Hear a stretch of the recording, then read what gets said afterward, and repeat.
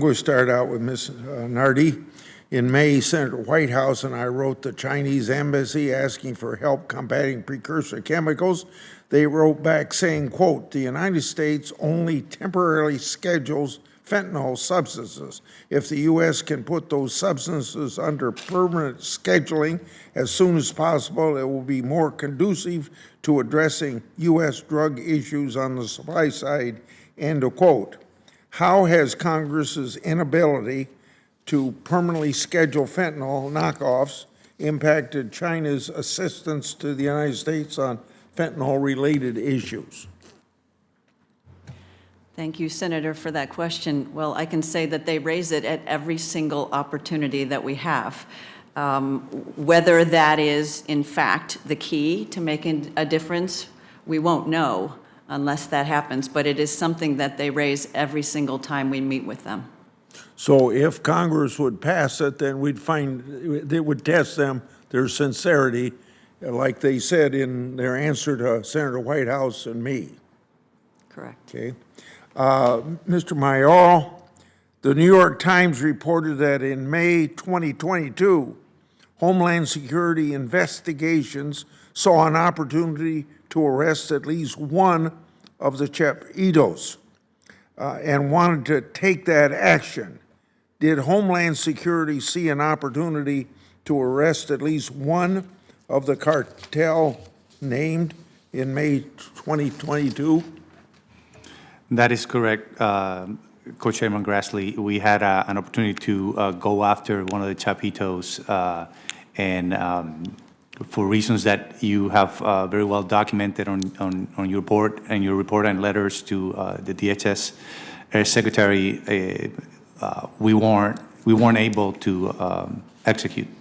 Okay. Former Deputy Attorney General Rosen, to you, sir. Former Deputy Attorney General Rosen issued a memo titled, quote, "Adjudication of venue disputes related to multi-district investigations and prosecutions of international narcotics trafficking," end of quote. Also, of course, this is known as a Rosen memo.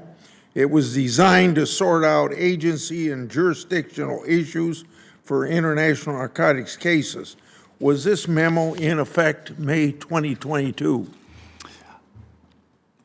Honestly, Co-Chairman Grassley, I'm not sure if it was effective on that during that time frame, but we are committed to continue to work with our partners in DEA in going after the hierarchy and the higher-ups of the Sinaloa cartel and Jalisco Nueva Generación, which are the top cartels sending fentanyl to the U.S.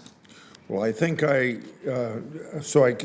think you gave me the best answer you can now, but I think I need an answer to know whether that memo was in effect in May 2022, and if it wasn't in effect, why it wasn't in effect. Can you answer that in writing? We will get back to you, definitely, okay. Sir. Then also to Mr. Mayoral, the Chinese embassy told Senator Whitehouse and me in a letter that, quote, "China is not the main source of chemicals of Mexico," end of quote, and then continuing to quote, that the amount of chemicals exported to Mexico from the U.S. far exceeds that from Mexico, end of quote. Mr. Mayoral, can you shed some light on which country sends more precursor chemicals into Mexico? Thank you for your question, Senator. Senator, I don't have the trade data in front of me, but my understanding is, and we will definitely will have to go back and check, and we'll provide a written answer for you. But my understanding has been that China is the main source of chemicals to Mexico. But again, the big caveat is I don't have the trade data in front of me. So. Well, I appreciate your saying you will get me that information. Yes, sir. Yeah, thank you. Also, to Mr. Kimball, last week I joined a letter to Meta, led by Senator Ernst, that flagged several Facebook posts advertising the sale of precursor chemicals online. These precursors were List 1 chemicals under the Controlled Substance Act. So to you, has the DEA had conversation with tech companies to find solutions to illegal online sales and end-to-end encryption problems? Thank you for the question, Senator.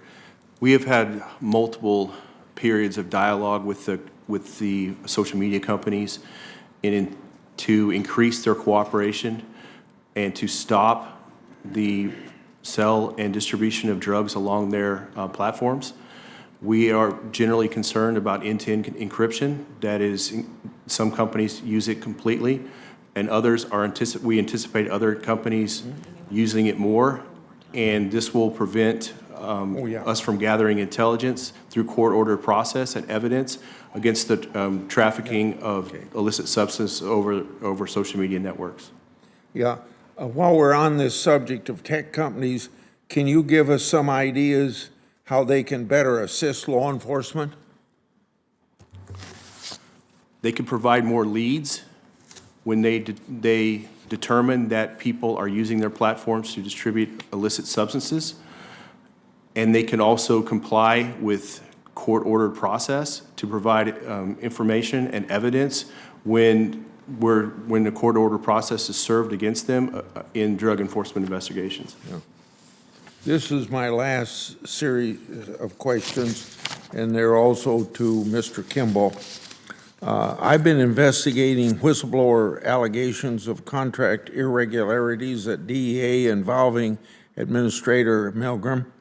Whistleblowers allege she directed the hiring of her friends and former associates, sometimes by sole source contractors awarded without competition.